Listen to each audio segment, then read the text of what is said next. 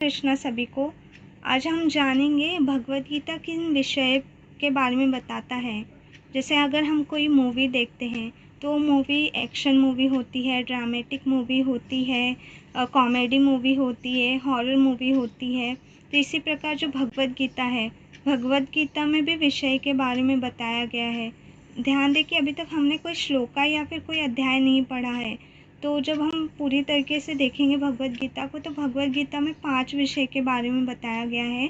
पहला है ईश्वर, दूसरा है जीव, तीसरा है प्रकृति, चौथा है काल और पांचवा है कर्म। ईश्वर क्या है? ईश्वर कौन है? ईश्वर मतलब भगवान। भगवान और देवता में क्या डिफरेंस है? भगवान की परिभाषा क्या है? भगवान कौन है? यह हम जानेंगे भगवद गीता में। जो दूसरा है जीव, जीव कौन है? जीव का रूप क्या है? जीव हमारे शरीर में कहाँ पे स्थित है? और जीव और भगवान का रिलेशन क्या है?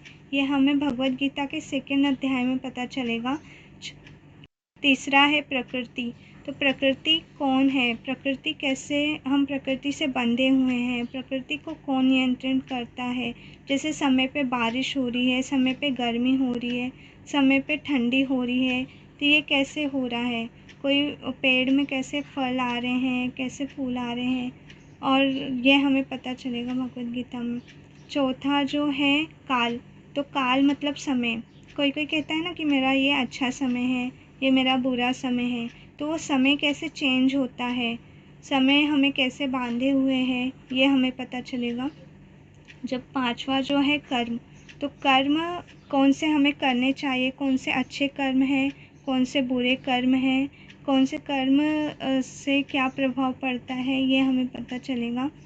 और जैसे ये पांचों में से हम खाली कर्म को बदल सकते हैं, ना ही हम ईश्वर को बदल सकते। जैसे हमें कोई प्रधानमंत्री पसंद नहीं है तो हम उनको स्वयं नहीं चेंज कर सकते।